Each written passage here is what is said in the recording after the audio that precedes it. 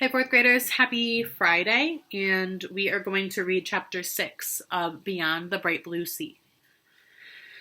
Everything changed when I had been on the island for 12 years. I will never forget how small the first step toward that change was, how simple. The day was fair, the breeze like a song that's easy to remember, and I was, on that day, in that moment, content to be under the spell of the sea and the islands and the here and now. Until Miss Maggie said, I hear there's going to be a bird sanctuary on Penicky soon. They've hired a bird keeper to live over there. And my world shifted just a little, in a small way that I barely noticed.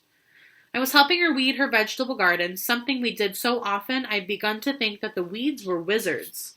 She pulled a dandelion just past its bloom before its seeds could fly. A bird keeper on Pennickies? I said. That sounded pretty far-fetched to me. What kind of keeping do birds need? I pictured him making supper for the gulls, reading them bedtime stories. Miss Maggie said he'll count them, record what kinds there are, whether they're breeding, whether they're sick, that kind of thing. It sounded like an odd sort of job. Maybe it was done by an odd sort of person. He's going to live out there with the birds? And the rabbits, she said, that'll be part of his job too, to make sure there are plenty of rabbits breeding out there. Now I was sure she was pulling my leg. I don't know how rabbits need help with that. I thought she might twist my ear, but she surprised me by laughing. Nor did I, she said.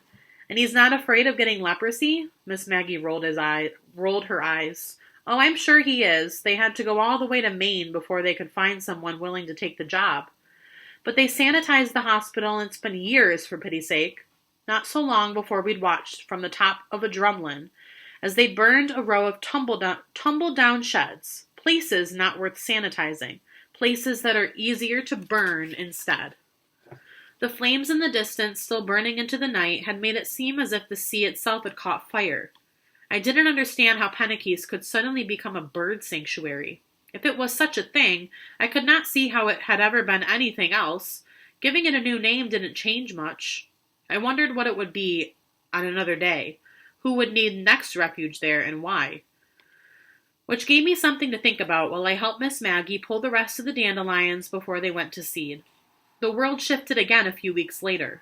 Most days, no matter the weather, I climbed to the top of one of the Cuttyhunk drumlins and scanned the mainland across Buzzards Bay, wondering if another person might be standing on another hill over there looking out toward me, wondering where I was.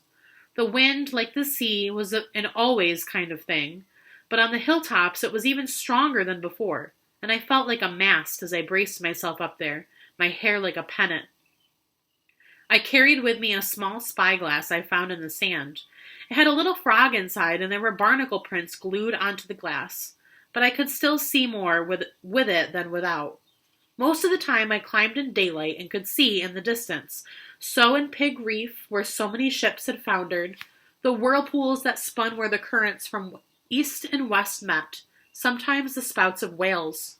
On clear, warm nights, especially when the moon showed me the way, I would make the climb in the dark. The lights on the mainland were as familiar to me as the constellations overhead. Until now, I'd seen nothing more curious. But on this particular night, there was another light I'd never seen before.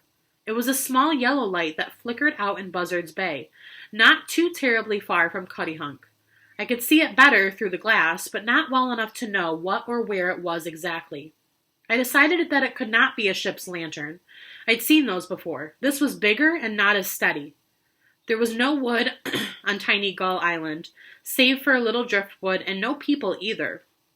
I thought through the possibilities and landed that it was a fire on Pennickies, a small one in the open, perhaps on the beach. I heard Miss Maggie coming up behind me. She always made little puffing sounds when she climbed, like a tiny steam engine. Something amiss? She said when she reached the top. It didn't surprise me that Miss Maggie was out in the night. She had trouble sleeping, so she walked Cuttyhunk at all hours, visiting her sheep and cattle, which roamed the island freely everywhere except the gated places, where most of the people lived. Miss Maggie and I often crossed paths on moonlit nights and sometimes stopped for a talk or a salt and pepper lesson about the stars or the weather. There's a fire out there, I said, handing her the spyglass. On Pennickies, I think. She looked in that direction. She put the glass to her eye and, after a bit, handed it back to me. Probably the bird keeper, she said. I've never seen a bonfire out there before. Do you think it's a signal? He has a shortwave, she said. No need for a signal fire. But what if his radio's broken and he's out there starving to death? He has a boat, she said. But what if that's broken too? Miss Maggie wasn't fond of what-if games, but she humored me this time. There's plenty to eat out there if he knows anything about the land. What, the rabbits? The birds? Wouldn't that be against the rules? She shrugged. I suppose it would. She gave me a hard look. Why so curious about a fire? I didn't have a good answer for that, except, it's just odd, that's all. Miss Maggie said, well, I know next to nothing about the Pennickys' bird keeper, and I have no idea if that's his fire, or even if he's coming from Pennickys. She turned to be on her way. Maybe Osh will know, I said, at which she shook her head. Have you ever known him to care about what happens out there? She asked. And she was right. Osh was not much interested in anything beyond the places where he sailed and walked, none of them as far even as Pennickys, which was not very far from us after all. I tried hard to do what Osh wanted, not to care where I'd come from, but I knew more about where he had come from than where I had, and that didn't seem right. It made me feel too light, as if I were anchored by a different kind of gravity than other people. Miss Maggie had told me a thing or two about gravity, and about how Osh had suddenly appeared in the Elizabeths about a year before I had.